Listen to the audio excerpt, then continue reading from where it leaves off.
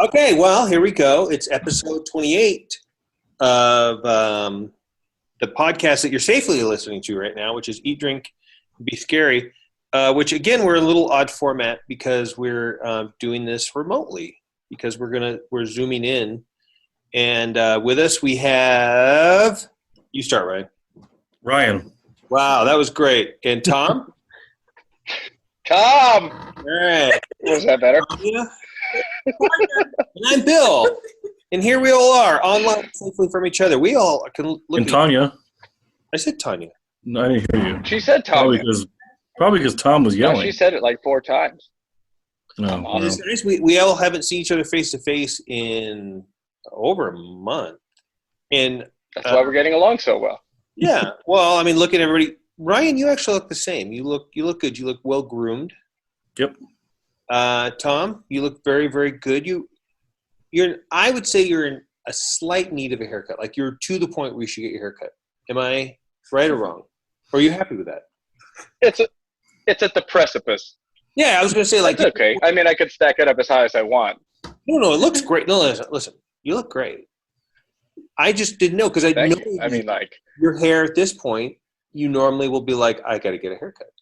I would say about 2 weeks. Honestly, I'm the guy who put off a haircut for like 4 months. So yeah, I've cut his hair when it was 4 months after it too long. It was horrible. Well, it's bad, All right. I like the hobo look. Tanya just looks beautiful. She just looks amazing. You're sweet and then you've got the beard, which is good. I have the Ted Kaczynski beard. I actually do very much need a haircut, but my beard is really long. I love the color. The mustache blows down right through into the beard area. It's nice. It's gray. It's a very salt and peppery. But when like a commercial, it's so perfect. I look like I came from a lost civilization, which whoa, that's so weird because that's what we're going to talk about today. Lost. Great segue. Civilization. First, before we go into that, which we are going to, I want to talk about a news item that we just saw. In fact, I emailed it to you guys and then I did a little bit of research. And it's in England about the house that has the masturbating chimpanzee. And I emailed it to you guys. And I don't know if you guys have any thoughts on it, if you guys read it or think anything about it. That's a no. All right, so I did some research on this. Are you guys familiar with the whole concept is this. 15th century, the people that live in that house had a pet monkey, and it would follow them around everywhere.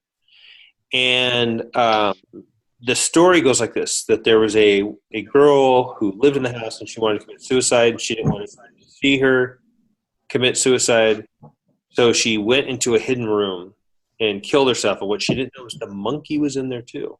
By the way, I don't know how much the validity to this story, other than it's just the story they tell. And then the monkey died too. The woman killed herself. Nobody could find the monkey, and the monkey died. How did the monkey die? I was going to say, did the monkey die, or did it just die in there because no one was in there to feed it? Yeah. So is this like the scary story of the room of death? Things just go in there and die eventually. Well, it didn't die of like, oh my God, I'm going to kill myself too. It just died because they didn't feed it. So the story being that now it swings around looking for a new owner. And it's to the point where the story started off because they were talking about a family who brought their kids there because the ape is supposed to swing from rafter to rafter touching itself. So basically it's known as the masturbating chimpanzee. And a family brought their kids there, young kids there to see it. That's why they went. They're like, oh, we want to see the masturbating. Disney World kids. Then they asked, did you see it? And they said, no, we didn't see it. They were very disappointed. Which seems weird because you could see that at the zoo all day long. You could. Right. Yeah. So it was a ghost probably doing that right now. But here's the thing that seemed extra interesting to me. I did a little bit more research on it, and I found out the very first episode of a show, which, by the way, is still on over and over, that Most Haunted show. You guys are familiar with Most Haunted? Yeah. The show started in 2002. Their very first episode, this is a place called Athelhampton, and their very first episode was there, and they make reference to the monkey. So I figure, I've only seen the show a few times. I don't really know a whole lot about it. Ryan is like, you're shaking your head a little bit. I know you probably have something to talk about with the show. I just think it's funny that the first episode they could find on something that's called Most Haunted is a masturbating gorilla. Well, they made very small reference to that, to the monkey, but they did talk about it. But the interesting thing was this: they go to it, and apparently there's like 6 ghosts that walk around there, and of course the monkey's the most famous. Why would it not be? But they bring in a paranormal psychic, and this is my favorite part. Dr. Doolittle. I don't know who he was. He got possessed by the monkey. He started doing monkey on it. I'm not thinking the very first episode. You mean he just started masturbating on TV? He didn't do that. I wish he did. That would have been good. But then you know what he said? And this actually makes me really mad. It's like when somebody tells a different story about. He said, no, the monkey could have got out. The monkey deserved to die. And then it's like, you're killing the folklore of the monkey. I like the idea that the monkey. I don't want to see a idol masturbating monkey. I want to see a monkey that went through some shit. Anyway, that story, I feel angry because that story was really, really old, but somebody brought it back, and the only reason they brought it back is their kids went there and they were disappointed. It was like going to Disneyland and finding out Space Mountain was closed. And you're like, "Well, this sucks. Where's the masturbating Goofy?" So anyway, that's that story about the masturbating.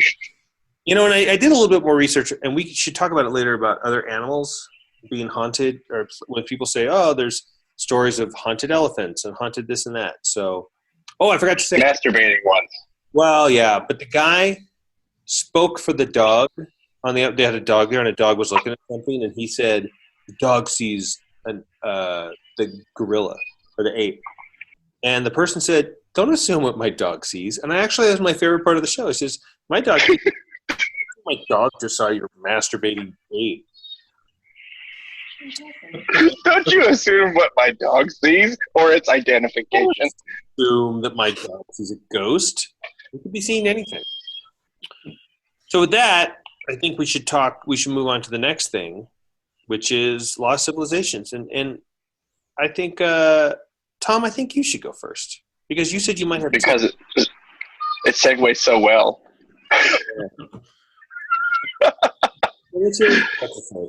No, honestly, I want to talk about a little bit what really constitutes a civilization and losing a civilization. I mean, because you can really look back through history, and there's been a lot of different things that, I mean, you can constitute as a civilization that are around for 500 years, some 1,000, some 2,500. So, I mean, and they all downfall for different reasons, political or whatever. So it's kind of funny to look at it. I mean, we're honestly a civilization that could be looked at as almost on the end, but as an American civilization, I guess. All the definition for civilization is the stage of human social and cultural development in organization that is considered to be mostly advanced. So right. that could be anything. So they're the best of their time, and they had a group essentially as a civilization. Yeah, so you wouldn't say lost, Neanderthals wouldn't be in that group. Is that what you're saying? Well, kind of. So I'm going to touch on that point. So some of my favorites, my favorite civilization, a favorite of a lot of people, obviously, is going to be probably Rome, right? So I think that's one of the top cool ones I'm in, yeah. Oh, I mean, we live in pretty much the tail end of all Roman social culture.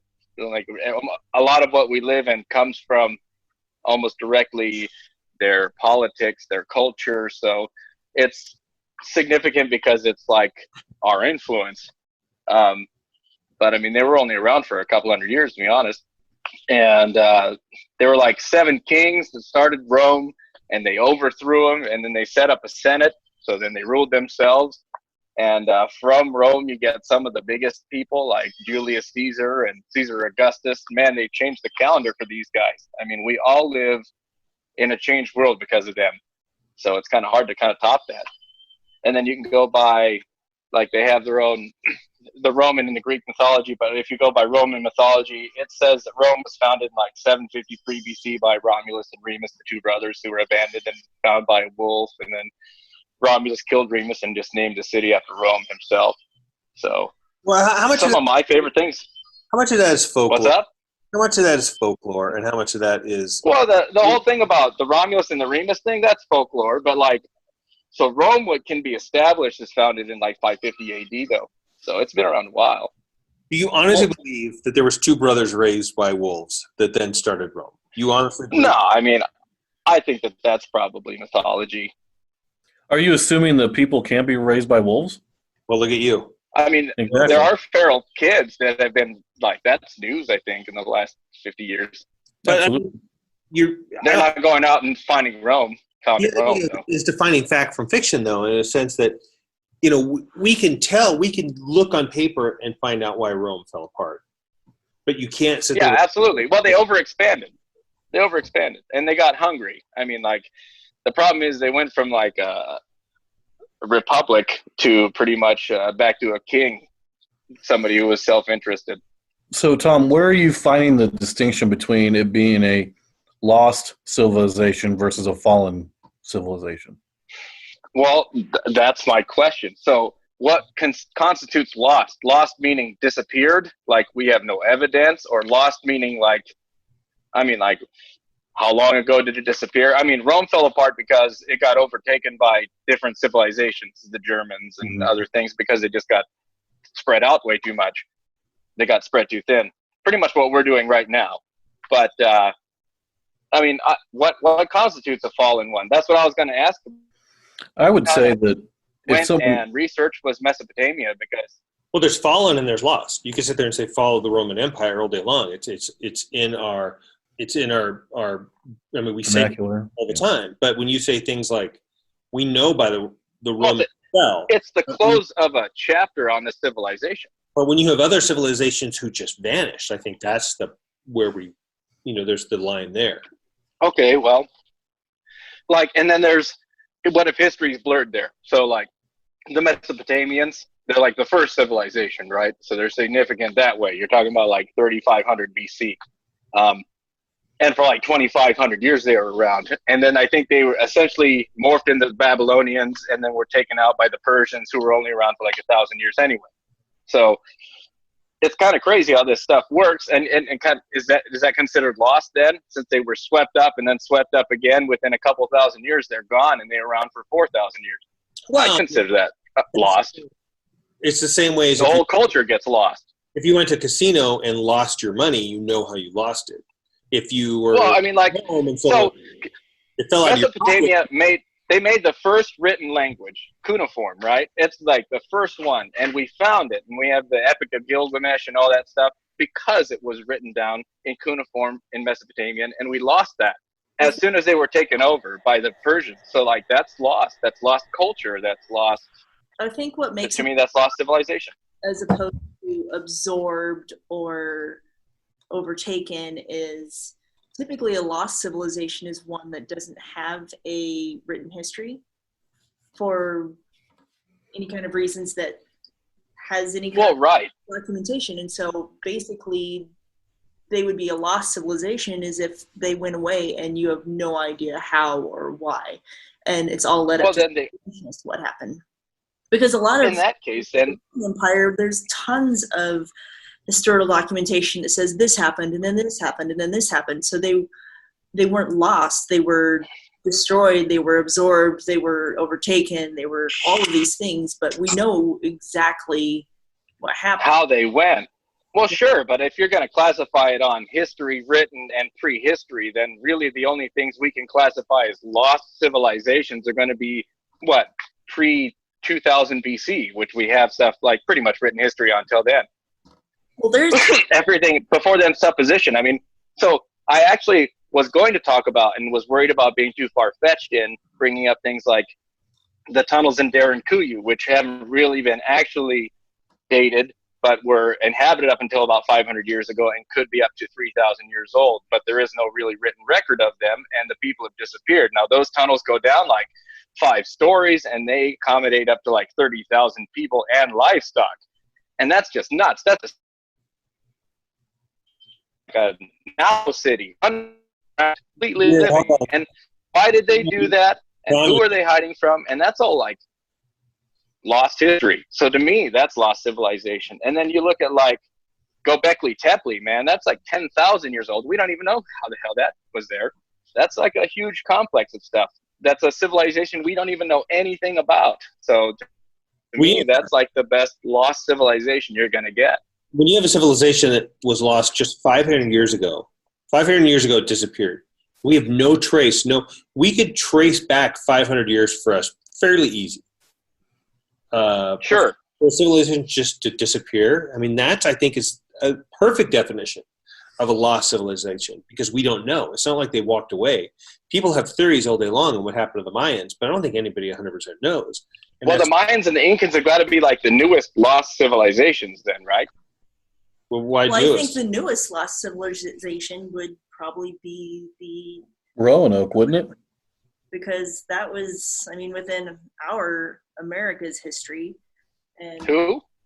Roanoke, Virginia. Roanoke? Yeah. Well, I guess that's a colony. It's not really a civilization, but I guess if you wanted to.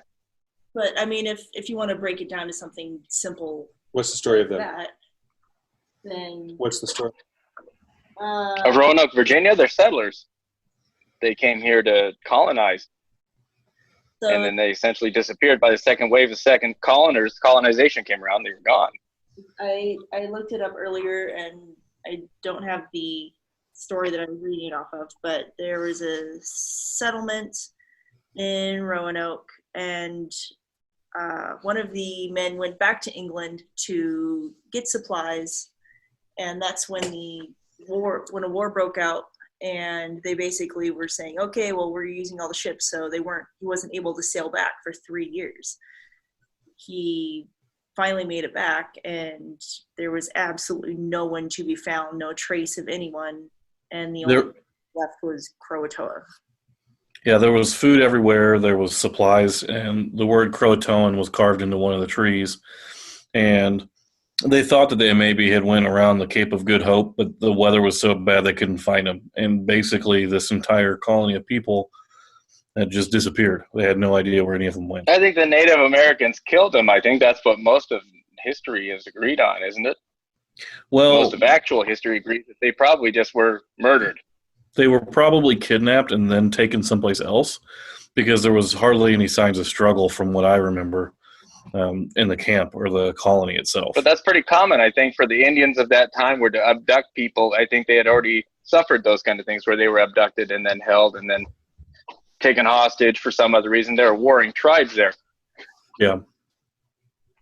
I mean, there's one for you, the Anasazi. They were around for 1,500 years in North America, but I mean, that we know what happened to them, more or less, right? They turned into the Indians of the area, and then we know what happened to them. So, I mean, you can't really say like they're like the Mayans or the Incans. To me, Roanoke wouldn't qualify as a civilization. Okay, then like I would think. When it comes to lost civilizations, everyone knows about Atlantis the most because it's the one that's been so publicized, right? That's why. Well, yeah. It's fiction, though, so we don't know if it did or. Yeah, we don't know if it existed or not. The only thing that I know is like. Good. No, the problem is the accounts of Atlantis come from people who are 2,500 or 3,000 years ago, and 2, had as much fiction in their writing as they did fact. So we don't know which one it was. It could have been either. True, and the fact that every time they find a civilization that have been lost to time, they always claim it to be Atlantis, right? But then you've got places like Lemuria, which is essentially the Atlantis of the Pacific Ocean, right? And they talked about, I know a few years ago they found underwater pyramids and underwater structures off the coast of China, and everyone was thinking that everyone thought that it was just natural seafloor until after they started exploring it, they found arches and gateways that were almost identical to the ones found by the Incas, and they were like, oh, well, there's got to be something to this then. And everyone thought that was Lemuria for the longest time. And one of the lore behind Lemuria is the Lemurian crystal, and the fact that they were using quartz crystals as a way to store information from the gods or from each other. And scientists were saying, well, that would be really hard for them to do because, one, the crystals would have to be very old, and they'd have to have a lot of force to do so. Well, when they were looking at these places in China, they found that the tectonic plates were really thick, the crusts were really thick, which means the gravitational pull was stronger there, and thus maybe capable of creating these crystals, these Lemurian crystals, which is pretty neat. Yeah, I mean, that's the thing. You go back, and some of this stuff has solid roots in history, and some of it is you can't distinguish because it's so far. We don't have any written history. Said it's passed down. So how do you know? Like my favorites is the Nazca lines. Like the Nazca people, we don't know anything about them really, or why they did that, or what significance they have, since they can only really be viewed from the space. I mean, like, there's all questions there, and that's a whole civilization that just pretty much vanished. Yeah, and what's interesting too is why were they doing it for people to see if above them if they didn't have a way to see them themselves? See it themselves, right? And all of the man hours that would have went into that. And I mean, and the thing is, we can say that they vanished, but I mean, like again, historians pretty much look back and say they died due to like climate change and the fact that their crops dried up. So, I mean, that's pretty solid evidence to say that's why a lot of these different civilizations died. Well, so, So it's either war or famine. So, I mean, like, why can't you say if we didn't know how they died, they can't be lost? there's a thought about that, though, at the same time when people say, well, they're disappeared. Well, did they just migrate and be absorbed into other civilizations? Because even if you want to talk about the Vikings, you know, nobody knows all these Viking civilizations and villages and things like that were just gone. And people say, well, you can't just go, well, I'm going to go back home, visit my Viking family. It's because they were just absorbed. And, you know, they'll say one of the smartest things the Vikings ever did is just take over the world genetically. And well, right. But I mean, like, unless you have like documented genocide of a whole race, then I would think that most people would have just been absorbed into another culture at some point. yeah, but could you say every one of the Incas just died, or did they just be absorbed into other civilizations? The Mesoamericans, right, and then into the Mexicans and Central Americans. You would think. I mean, that's what they generally think. That's the logical progression of things. Well, here's something else that's interesting too. Is in 1909 they found the Egyptian artifacts in the Grand Canyon, right? You know, right. how are they getting there? You know, are people migrating that far? Are they? They used to say that Viking ships could go down the Missouri River, right? I mean, right. I really do think that we were a lot. Well, they found Viking ships all over the eastern coast now, haven't they? I believe so. But what's interesting is I really do think that we were a lot more connected back then than we think that we were.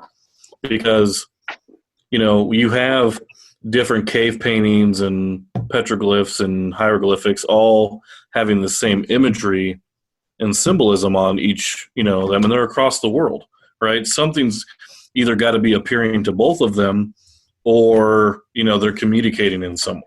And oh, absolutely.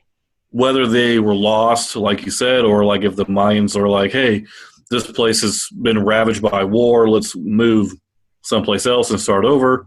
You know, there's so many different concepts to what could have happened to all of these civilizations. Well, and that's why I think they bled into other civilizations, because there's so much cross-contamination with culture that it's hard to ignore. And well, that's exactly it. You could watch the History Channel and just call it aliens all day long, but you know, it had to. People migrate, and they walked many, many miles across the U.S., the globe. But anywhere is walking distance as long as you have the time. That's true. But the one that fascinates me, when you have these South American civilizations that built these huge pyramid-size and larger cities, and then they go, yeah, I'm out. Let's go see what's up north. Like, that's an interesting thing, and then just to abandon it. And, you know, I'm fascinated by a lot of those shows. I've been watching that show Time Team. I don't know if you guys see that. But they say, well, basically here was a huge castle, a Roman castle, and they start digging into it. And then you find out that, like, why? Why was there this huge Roman civilization or civilization just wherever they were at, and everybody just walked away from it and left it. So that's the part that gets me the most. When you have people that just abandon a huge Mayan temple because they're like, this is old. Let's find something new. Well, that's a great question. Like, say Göbekli Tepe, that it was abandoned, but before it was abandoned, it was buried in sand and then preserved. So now that we find it, supposedly 10 or 12,000 years later, it's better preserved than some of the sites that have only been around for 1,500 years. So who in the hell would have taken the time to bury it, and why? Like, these are the great questions. To me, that's why, like, lost civilization, some of them are super mysterious, and we don't have any definitive answers for them. Me, personally, because I like to think about progressions of things, like, I like things like Roman Mesopotamia because I like to see how major civilizations that were, like, around and working fell apart, because you want to see how things degrade. Because once it just disappeared, man, you can, like you said, you can just label it as aliens, or, you know, they were cousins of Bigfoot and he taught them how to do that because he's good at it. Well, maybe they just built these ancient structures and then abandoned them just to mess with people in the future. Like It's a movie set. Yeah. It's going to be great. You know, like a messed up time capsule, right? Because, you know, if you had nothing other to do, you could carve a aardvark into a rock and then bury it. I mean, who knows? When I was a kid, we used to go to the beach and we would get sticks and draw giant feet on the beach. Like huge foot, and then like a 15-foot long footprint. And then we would do 10 in a row, that's a pretty big commitment for like an 8-year-old. And we used to think that, like, man, when a plane would fly over it, they're going to think that a giant walked on this beach. Their mind's going to be blown. It's going to be amazing. And, you know, that for us was a big commitment. But I guess when you've got like a civilization of 3,000-4,000 people, or 30,000, 50,000 people, and you're like, hey, I got a prank. Let's do this. This will be really, really cool.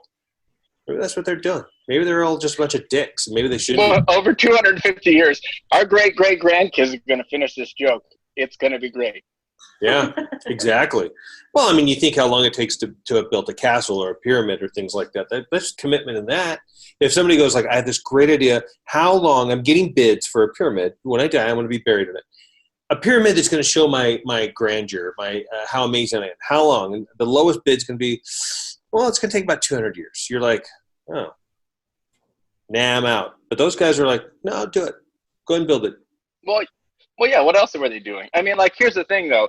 That's the other thing that scares me. These are guys of commitment. Like, these are civilizations of power and strength and commitment. More so than pretty much any has today, I'd say. We're looking we're saying our idols are like, hey, that car took, 15 minutes on the assembly line.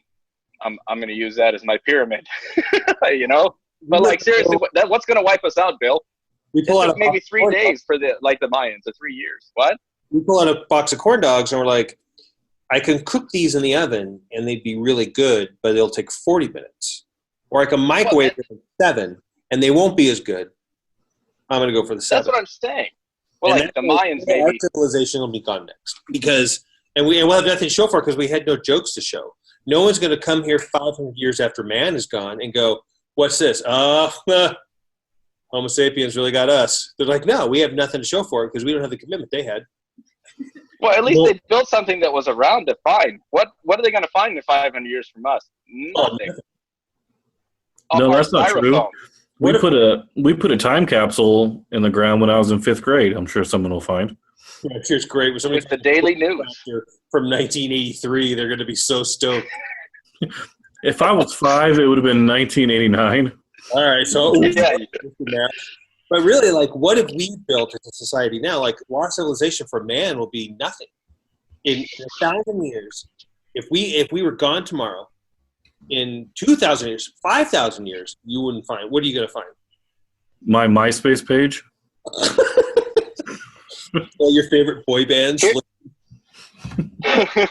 Here's an interesting question for you guys. Do you think in 2 or 3 or 5,000 years, whatever civilization exists is going to be an offshoot of us? Here, America, like whatever we merge into, or do you think this civilization is going to end and there's going to be a new, better something, a new generation. If you look at civilizations on a map over like 3,000 years, and it's a map that migrates showing how countries grow and this and that and move, man, it looks like just germs multiplying in a telescope. It's a microscope. It's crazy. And I don't know. If you think about, us as a country, we're 200 years old. And it took a long time to absorb everything we had. Will we be there in another 200 years? I don't know. Well, if we keep going the way we're going, we're all going to be living in Waterworld, pissing to Mr. Coffee. And that's going to be the issue. Is it depends on either we change now or we're forced to adapt. And if we're forced to adapt, what are we adapting into, right? Breathing underwater. Well, that comes to another point too. Like, what about all the cities and civilizations and pyramids that they are finding underwater that are not naturally occurring, that are man-made? That they have no idea how the hell they got there. Right? Well, some of them are man-made. Like so that's the other lost civilizations, is you have to talk about the fact that the ocean water has been rising for thousands of years because that's what I'm saying. They're ice is still melting. It was all locked up. Right. There was miles and miles of land that used to be castles and countries and all sorts of crap. They got eaten up by ocean. Right, but what I'm saying is documented in the Bible and everything else. Who built the pyramids over off of China that they're finding, right? That's what I want to know. We don't hear about it. We also talk about how Antarctica used to be green and lush, and because of time and movement and tectonic plates, now it's covered in ice, right? What happens if that melts and they find a whole new civilization over there, right? The problem is I absolutely believe there's so much time in history, prehistory, it's cyclical, man. I think that we've been advanced and knocked down a couple of times. Oh, I'm sure, right? There's channels right now that are opening up that used to be opening up, thousands of years ago, that they're finding boat wreckage. As these things are, so these channels that used to be open up in Northern Europe are now suddenly in Northern Asia. They're like, they're opening back up again. So it's got to be the flow, the ebb and flow of, well, now it's hot, now it's cold, now it's hot, now it's cold. So, we know Ice Age exists, and we know that one's going to happen again. And we also know that it's going to then it's going to go away. And a lot of it, we're just making it go faster because of man. But, also we're very aware that terrain changes. So for us to assume that, an earthquake didn't just maybe suck a city underwater, which is the whole thing with Atlantis. That's we don't know. We don't know how this stuff works. Tomorrow, Yellowstone can explode. It could. Well, look at California. We could not have California and the rest of the West Coast if that ever goes. Tomorrow, this stuff can happen, and Yellowstone could be an ocean. It really could. It could just blow up us and parts of Oregon and fill in and just be filled with salt water. And one day, that's what's interesting about all these lost civilizations is we have no idea who they are or what they did, or we talk about Atlantis being real or fake. We have no idea, because if we can't even identify the pyramids that we know exist underwater in China, then how are we going to identify something that we have no record of where it was even, was? And that gives us a chance to learn from history and to learn from. Well, and we like to chase stuff like Atlantis. It's the bait that keeps us swimming after the hook. But every time we come up with new stuff to try and label to Atlantis, it's just as interesting as the fantasy, man. Like Phoenicians, Minoans, both of those civilizations existed. Both of them were right up Atlantis' alley, and they were both just as cool, just as rich, just as world traveled, more than we ever imagined before we discovered them. So the more we find out about these civilizations, the more we realize maybe we're the ones that are sitting on our asses. It's everything except for our brain power that's gotten us where we are. Well, but the other thing is, when we say they're cooler, is that the folklore we're adding to them? When we've got a civilization we find out was wiped out by a volcano because they lived too close to it, and then later on we say, wow, this is really advanced civilization. I think we're just adding to the folklore. Were they really? Well, Well, yeah, but I mean, there's a naivety to it. Like, so every year we're talking about more and more people getting skin cancer from the sun and how important it is to cover it up, and how 30 years ago, like, our parents rubbed butter on their arms to get more tan. Like, it's just, and that's long ago.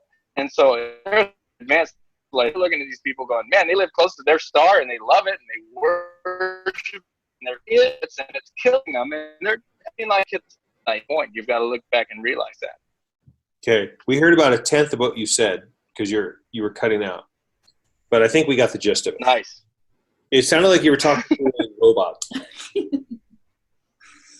but that's okay. But also at the same time, yeah, life expectancy was going up. I don't think it is anymore. I think we've peaked, and I think it's going to start going down. But, you talk about, this is an interesting point. There was a great article that I read a while ago, and I should actually pull it back up. But the odds of humanity ending now, I mean, basically today, being alive now, the odds are more than any other time. And we lost some. So why is that exactly? Is it just because every day humanity gets closer to ending? So the odds of you being alive right now is the odds of you outliving humanity are greater now than they were for your parents, or are harder now. I mean, it's just like the odds of us outliving humanity are less now than they were for our parents, because look how life has changed, look how civilization has changed, and look at how every day we're creating more of a monster. Dangers? Is that just because the more introduction of more dangers, do you think? It's just like, humanity one day will end. I feel that way. I'm very confident. Humanity will end. What's going to kill us? Us, or like warfare, or disease? Well, I mean, yeah. So you look at it this way. Whether if we lived off the idea that ignorance is bliss, and we never tried to live anything other than just being together.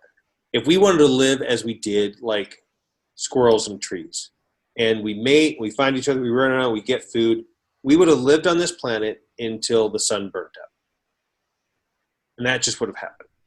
Like, we would have just been fine. Or maybe another meteor hit and we didn't know. We're beyond ignorance is bliss. We're now on this quest for whatever on the quest for, and now we're going to create our own demise. So we will not outlive nature destroying us. Well, I feel that we will destroy ourselves. And we will not, no one will have time to write on a tree what happened. We won't have anything tangible other than computer files that are going to represent everything we've done. And it's not like 1,000 years from now, someone's going to be breaking into a stone and a CD is going to fall out, and they're going to go, oh, this is going to have all of humanity on it. We'll know what these people left. Actually, they'll be aliens. So they'll have. It's funny that you say that, because recently they have found a way to put large amounts of information on quartz, like 1 inch by 1 inch squares. And this is the future. Yeah, there's like several terabytes of information on this. It's just crazy how much information they can hold. Well, that's great, but for us to take time, I mean, humanity can end like that. You want to sit there and think back to when they first lit that particle accelerator. And people in CERN? protesting it. And they said, you guys can't do this because it could end humanity. And later on, when they talk to all the scientists, they go, yeah, it could have. Like, we don't know. We just we knew, we built it, and we don't know what was going to happen, but we were so excited to turn it on to see what happened. It was worth all of humanity dying. And they turn it on and they go, it's like that in every microgenetic lab in the world, dude. Every time they manufacture anything like that, they're like, yeah, we probably won't kill everybody.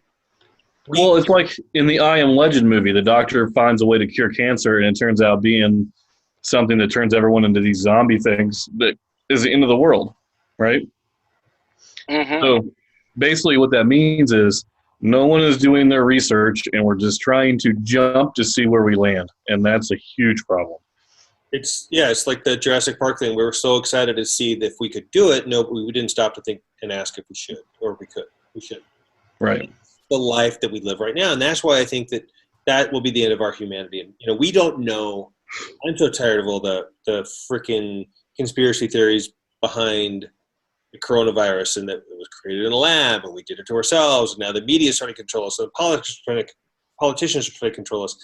But the reality is, none of this was handled correctly. And we're not going to learn from it. In fact, if you want to sit there and say that we as human beings in society bonded and became better people from this, and we did not. We actually became worse people. We actually became worse Absolutely. than we would have been in an election when it's our guy against your guy. We handled this. It is now worse because of this. But the other thing is we handled this. No, go ahead, Bill. We're not going to learn from it. Nobody's going to learn from this. We're not going to be in a better situation from this.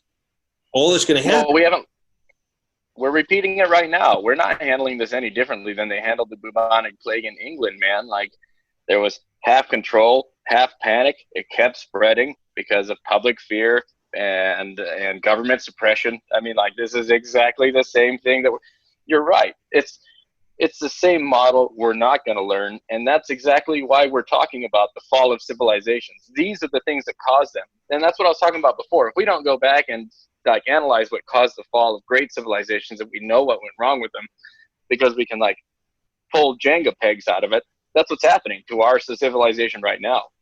And if we don't see those things and stop them, we're going to be doing exactly the same model. And no longer do we live in a society where people would say the expression, the writing is on the wall, because we don't write on the wall anymore. We now write on little pieces of data across the internet. And if society ended tomorrow, and let's just say there was a terrible show that was on, and I don't remember what it was called, but suddenly all the power went out. I think it was supposed to be an apocalyptic type Lost show, and all the power went out. And of course, everything was like, now we're old apocalyptic.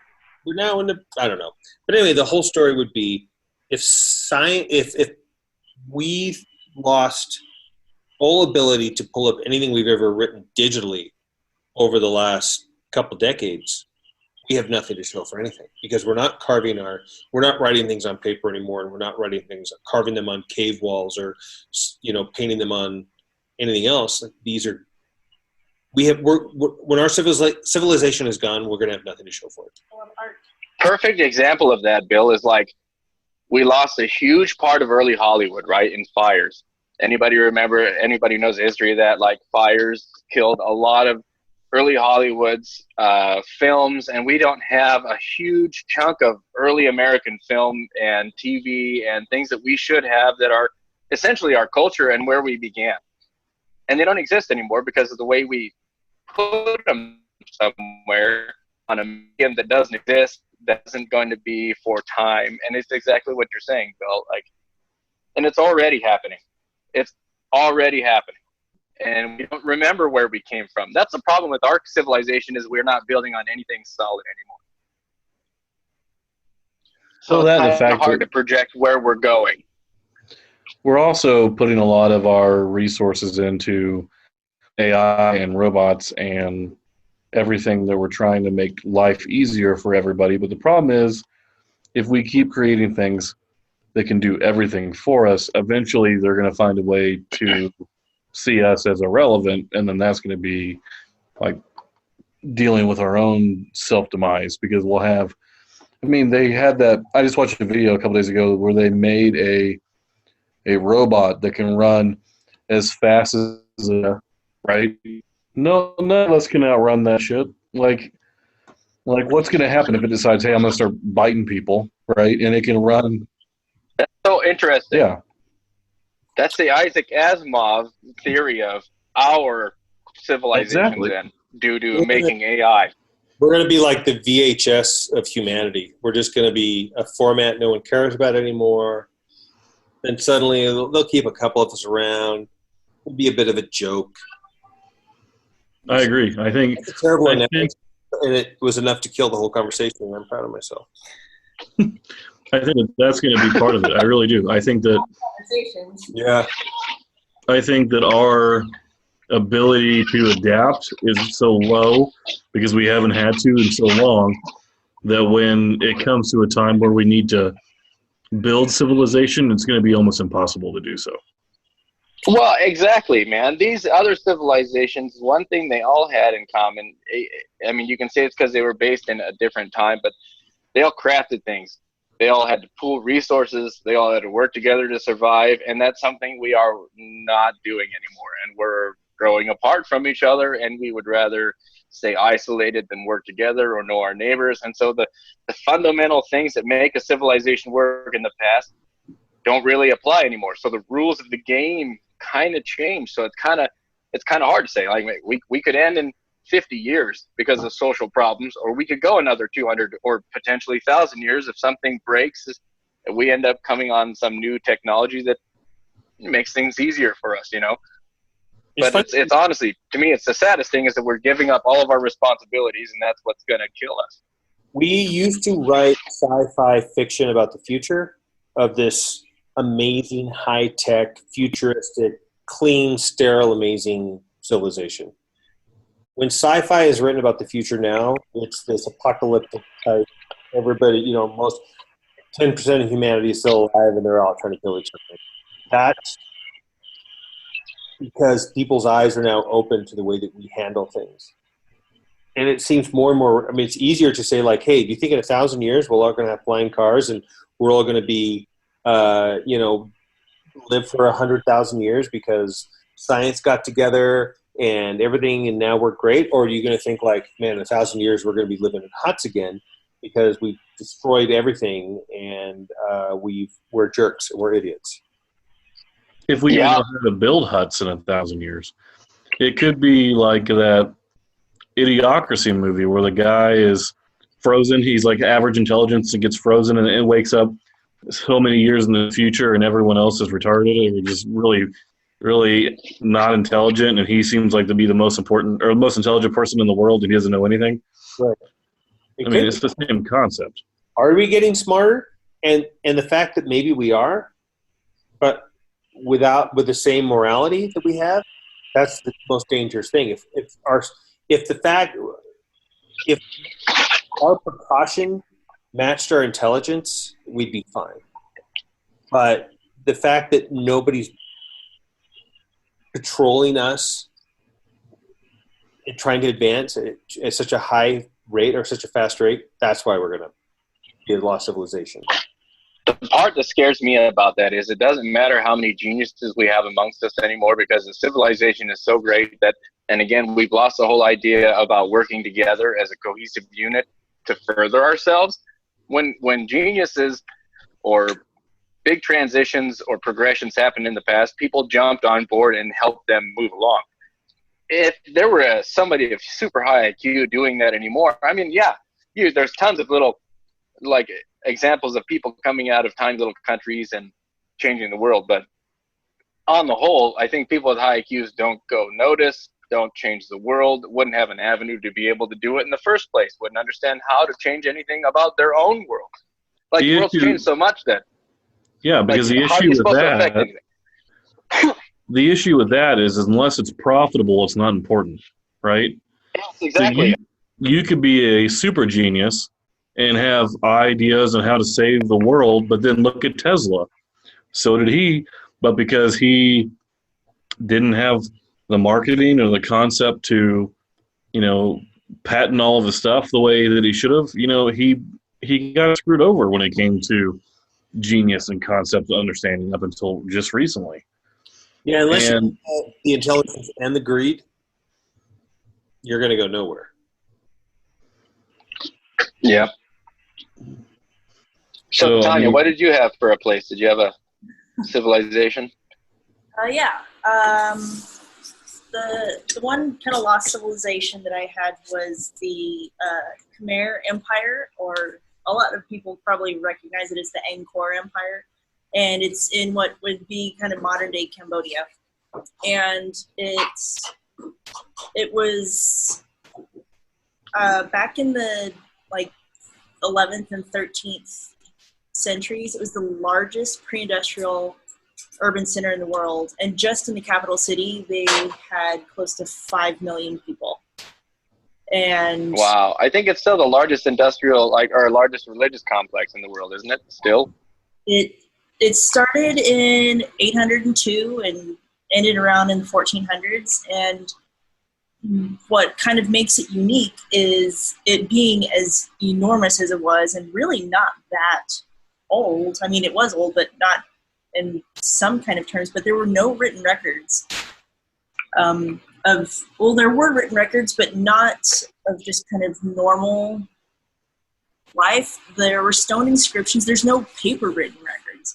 There's stone inscriptions that talk about like the political and religious things that the kings did, or military marches, or palace life, or things in the market. But most of what we know about Angkor is from Chinese traders and travelers that went through.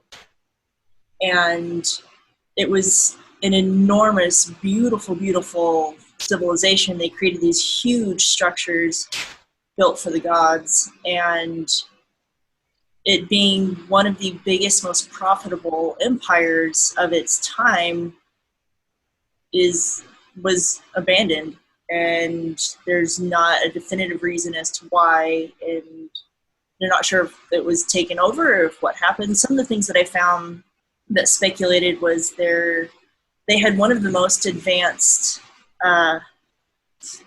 water systems of the time. And like irrigation systems or what? Yeah, Okay. irrigation. And for travel, for irrigating and everything. And they, in building so much and so fast, they harvested a lot of trees in the areas to build their city. And then they went through a really, really bad drought, which caused famine. And then they had a flood, but since they had basically destroyed a lot of the ecosystem, all the trees that would have helped protect them from the flooding, it destroyed them. They still could have survived from it, but there's not a lot of sign that they were able to come back from that. So it's kind of fascinating that a civilization so massive kind of just fizzled away, and they're not sure why. Well, do you think it was just like one cataclysm after another, or do you think it was more on the lines of like what we've been talking about, where they... Well, there's so many straws in there, the camel's back breaks, Ryan. Right, that's what I'm saying. I mean, it sounds like, from what archaeologists and scientists and stuff think, from looking at it, it kind of was, one straw after the next, but they don't know what straw broke its back or when exactly. There was a demise because of the drought and the flood, but then it seems like you'd be able to recover and rebuild, and to have something so massive just be like, well, fun while it lasted. Yeah, because the Angkor Wat is beautiful. Yeah, it's gorgeous. Like the stonework there is second to none. Yeah, and some of the pictures that they show, like of the temples and stuff, where they have these insanely massive trees that have just taken over them, and the roots are just flowing over the fronts of the buildings. It's beautiful, and it's eerie, and just it's fascinating that it's kind of still stood the test of time, that even though there's no one there, it's still there, which can't really be saying for most of what we have as far as buildings go, because I feel like the drop of a hat we can lose a building here. But it was just really kind of a fascinating location that still exists, and it exists, but it doesn't. It's almost like it's just its ghost or its skeleton is just there, and we don't know what kind of life it actually had.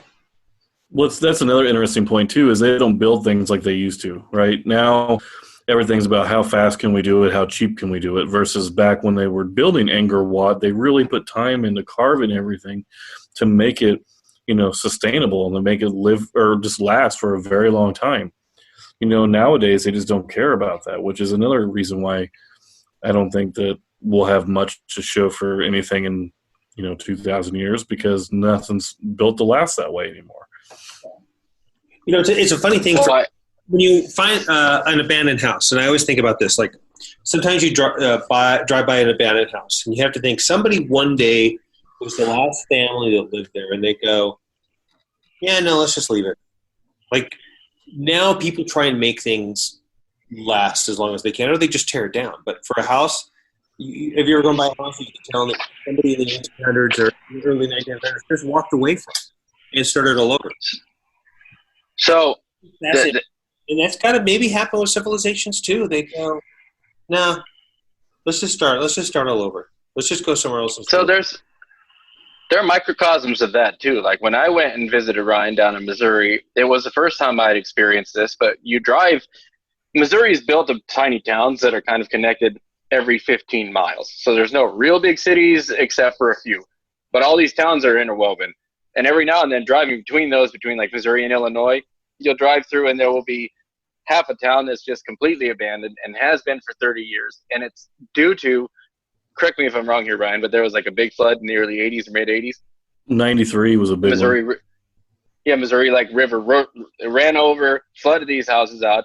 And if you were to see them 15 years later, you'd be like, well, why did somebody walk out of that place? It looks just fine. And it boggles your mind that like half a city block that looks perfect is just abandoned and has been for 25 years, because that's just not how things work around here. But I mean, they got flooded and they left. It just didn't work. Like the Mayans, I think they had 2 or 3 seasons of famine and they must have left. I mean, it doesn't take a whole lot. Look at us. I mean, if the supply food chain broke down, Americans would frickin' panic and leave. Where would we go? Or kill ourselves. If I don't know. They'd clamor to go somewhere. Do we just walk up to Canada or go down to Mexico? It's like Route 66. If I've driven portions of that and I've seen the abandoned buildings, and you think that's or you have what was the Great Salton Sea? Yeah, that whole area in California. where the Salton Sea, where in California, yeah. Yeah, where they just basically, I mean, there's reason why the water turned bad and it's like dead fish. People still live there, but there was hundreds of thousands of dollars worth of millions of dollars worth of businesses and homes that people just had to walk away from. So I understand a situation like that. Those are all like mostly vacation homes. So you have to think there's a reason why. If you walk to the Salton Sea, you're going to go, oh, I get it. It smells like sick, gross fish. Nothing ever is going to grow in this alkaline land, and these windstorms are going to almost kill me. But when you walk into stand in these Aztec and Incan, Mayan, whatever ruins, when you stand there and you go, why would they leave here? This is green and lush and great and beautiful. And, where did the people go? Did they all die right here, or did they all just walk away? I got to I went to Chichen Itza when it was, you could still climb to the very top of the biggest pyramid. Cool. They don't let you do that anymore. No, and I was very fortunate that I got to go up there, but it was one of the most insane things I'd ever experienced in my life. Not just being up there, but I mean, it was, you're on thousands of years of history, and you look out and you're looking over at the top of the treetops, and that's all you can see in every direction. You don't see other cities, you don't see anything, you just see forest for hundreds of miles. And you just think, like, how is this spot here?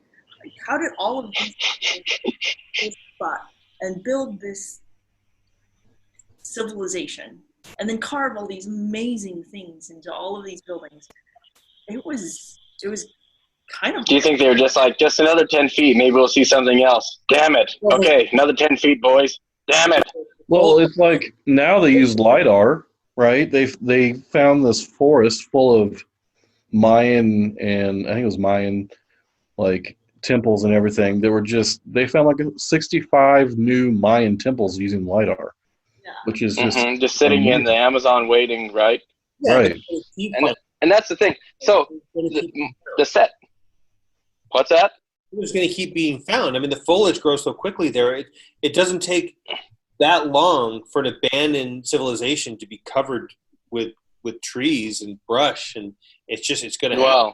That's some fertile land.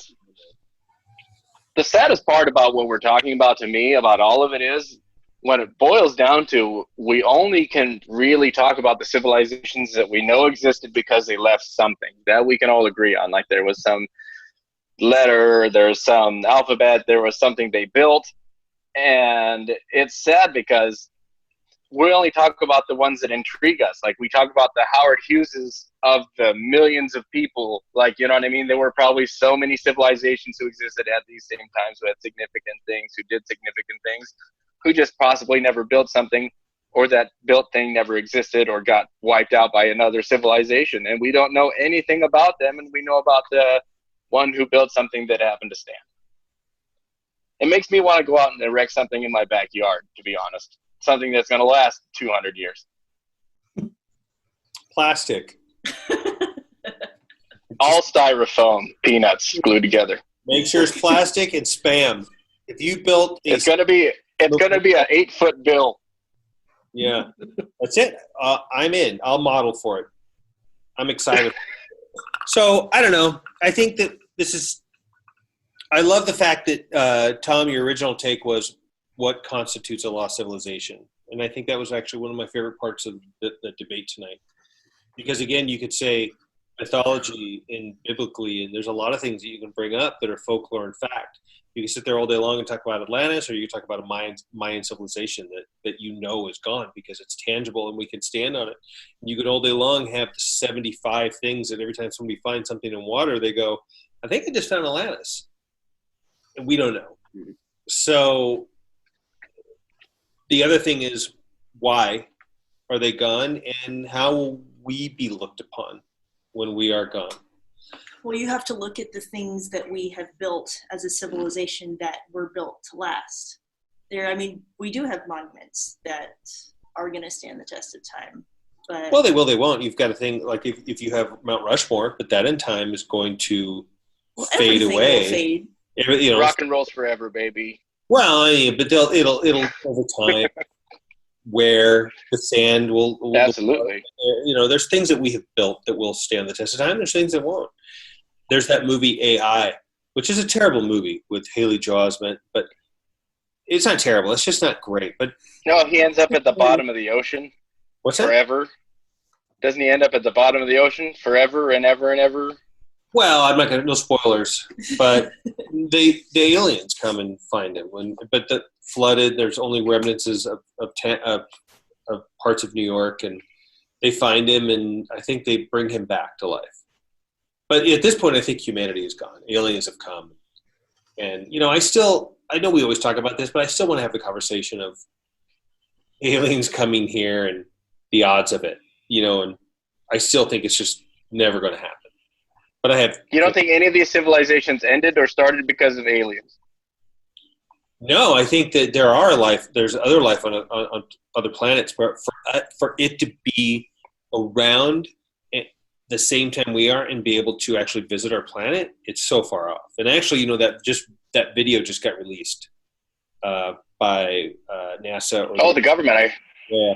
But I mean, the whole concept of, and that's the thing is like 85 million years from now, humanity from another planet that played it smart may have the capability to come in. And they're not going to have any recollection of us being here. We'll have nothing to show. Even a million years from now, even 500,000 years from now, I don't think we're going to have anything to show. And we won't be here. This planet will be destroyed unless we are smart enough and have moved on to another civilization. Mars, baby. Well, no, I think, and that's another thing was there ever life on Mars? Well, we're going to colonize Mars. We're going to have colonies, and that starts a new civilization does that constitute a new civilization on Mars? Well, there's scientific. I did quotes for people listening. Proof that life, that the essence of life that was needed to start here on Earth originally originated from Mars. I mean, there's so many things that that it bounced off, and there's just too much talk to go into that right now. But the whole thing is, if you want to talk about lost civilizations and you want to point at Mars, one day we are going to be this dusty, barren planet. Or we're going to be this completely lush planet with cockroaches that are 35 feet tall and doing really good things. We don't know what's going to happen. But what will we leave for people to understand what happened to man? What happened to human beings? Where are they at? What happened to modern day civilization? The people are around in 2000. Where are they now? And what happened to them? Trump. Well, that's a whole other story. You know what I think our legacy will be? Space junk. No matter what stays here on Earth or what gets wiped out, man, that shit we put up there is going to stay up there. Yeah, and there's actually a really cool article that I just read that there's a guy who, especially during the quarantine, he's spending all his time trying to recommunicate with what's referred to as a zombie satellite. Are you familiar with this? That's cool. No. It's referred to as zombie satellite if it's no longer functional. But a lot of these things are still operating. They just aren't useful anymore. And there's this guy that gets on his ham radio, and he has this huge antenna, and he communicates, and he finds these old languages, and he communicates with old zombie satellites, and he actually helped NASA get in contact with one they lost contact with. And he said, no. Well, wasn't it back from the 70s or something? Yeah, it was one from the 70s. It's like Space Cowboys. Yeah, so he's going there and he's finding these old, and I listened to the transmission. Really cool. It was really crazy, but he learned how to do it, and he learned how to communicate. So you're right. Space junk might be the way. Somebody might land on Mars one day and see some of the stuff that we left there. They might find the Pathfinder and they go, well, this is cool. We'll land on the moon, but I think Earth will be too. What information's on there? That's interesting that segued into that. I did not know that, and you're right. That could totally be what we leave behind. And yeah, whether it's on here or not, I don't know. But in a few thousand years, we could either be a desert of giant ice ball, or we could just be this lush land with cockroaches and spam, and Tom's statue of me. Mm-hmm. Spam, spam, and styrofoam.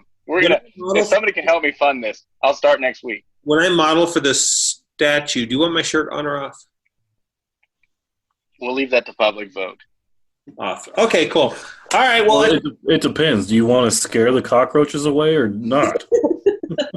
And what's the legacy we're leaving for the future? That's it. Like, oh my God, did these guys never work out? That's what happened to them. Does everyone have their nipples pierced? Yeah. What's up with wow, they're hairy like gorillas. They all died from muffin tops? I don't know. All right. Well, I think that's it. I think I don't know if anybody else has anything else to say, but I think we covered a lot of stuff. I think that was a good one. I think we did what we often do. We ask ourselves more questions than we ended up intending to give answers to, which is really kind of interesting. Instead of just this cut and dry, we always do the yeah, but. And that's actually one of my favorite things about this podcast is the yeah, buts. And then we go on. Well, I mean, like, we talk about topics that we really can't definitively answer unless we want to talk, like, we don't want to sound like a bunch of blowhards. I think that inspiring thought is what else are we doing? I'm glad we're doing it this way. We're making Gives you something to think about at least. Tom nodded. What's that?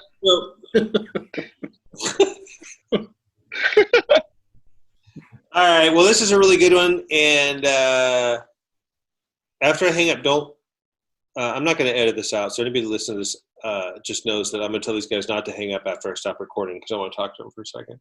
But ignore that. And cool. Thanks for listening. And hey, any topics for next week? Anything we should talk about or next time we do this? Whether it's in person or not? Curse places. Have we got any listener topics thrown at us? What's up? Curse places. We did? Huh. Do you ever listen to the show? I don't know. That's bad luck to listen to your own show. It's like wearing your own band T-shirt. Yeah. You know what? I dare you to go back to like episode 2, 3, or 4 or something and listen to it and go, crap, I don't remember this. Like that happened. I invite people to listen to the podcast and I tell them the audio gets better. Don't worry. And then it gets worse, and then it gets better. Every once in a while, Tom learns how to talk into a microphone. And I don't bump the table or drag my soda across the table. Or. Well, we actually might be able to see each other very, very soon. So, cool. All right. Well, be safe, guys. And thanks for listening, everyone. And by the way, yeah, if you subscribe and a message, whatever, if you have something you guys want to talk about, let us know. Or if you have things you want to say. I think maybe we might want to just kind of, we haven't talked about ghosts for a while, so maybe we'll talk more about that. We'll pick a specific thing. But, Circle back around. yeah, other than that, all right. So thanks for listening. All right, good night. Bye.